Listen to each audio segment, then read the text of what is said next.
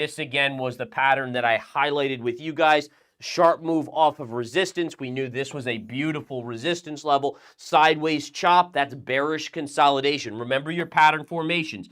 Down move with sideways movement is a bear flag. This, more often than not, leads to that. This angle can be like this. That's okay too. That can also fall. What isn't okay, and this is going to be a caveat of pure education, right? And this is something that took me a long time to learn. When you get this type of pattern or this, it leads to downside. However, what about this? What about that? You dropped and you retraced. Is that still a bear flag? And the answer is it is not.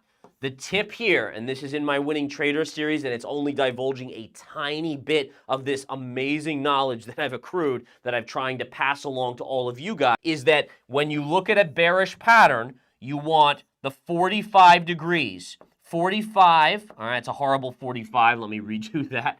45 degrees, all right, to 90.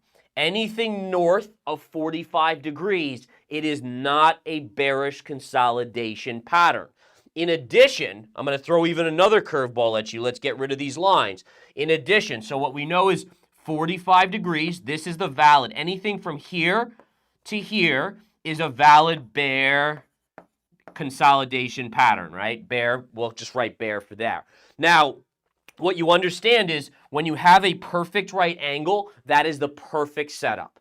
A right angle is your textbook bear flag. But let's be honest, charts don't always do perfect bear flags. That's why you have the 45-degree angle up to. What's important to understand is that as you move up, right? So here's a right angle. Probabilities of success with a perfect setup like this, probably about 80%, okay?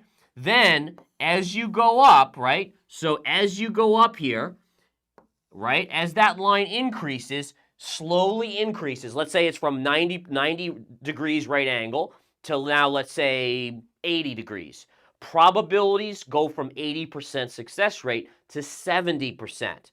And as you uptick more and more, the probabilities start to drop. What I factored out is that as long as you're in that 45-degree angle, the probabilities make enough sense to take a trading opportunity to the bear side, in other words, a short, as long as they're within that range.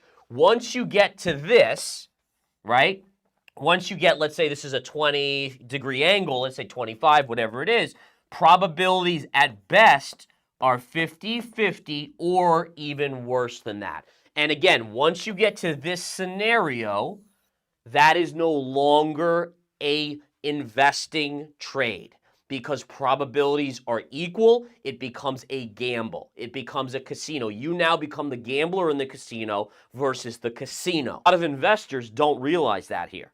They still think, oh, it's an inside bar move. It went down and it went up and it's still inside. It's still bearish. Nope, that's not necessarily going to happen. All right. Perfect alignment of a channel. We broke out with a monster move up. Now look at what's going on. Do you guys remember this pattern? We just talked about it on the other board. All right, so what's this pattern? It's the opposite of what we were talking about before. It's a bullish pattern of consolidation, right? So like that, that's exactly what that pattern is. Probabilities. Does it guarantee it? Could gold go like this? Yeah, it could. It's just that probabilities tell us it's going to go like that. So essentially, whether it pulls back a little bit more, eventually, as long as this general pattern, remember, pattern-wise, what type of pattern? Somewhere in this vicinity, 45-degree angle. So it could come down like this. That's okay. But the point is, as long as it stays in that zone, you're going to look for a move to the upside. And again, that's all it is, folks. There's no brain surgery here. There's no crazy calculations. Downward sloping channels generally break to the upside, right? So when you have this, eventually you break like that. When you have upsloping channels, right, eventually you break to the downside. I mean, it's just literally looking at the pattern formation and letting it talk to me. And I think that's so, honestly, it's very freeing to not have all these indicators all over your chart. I mean,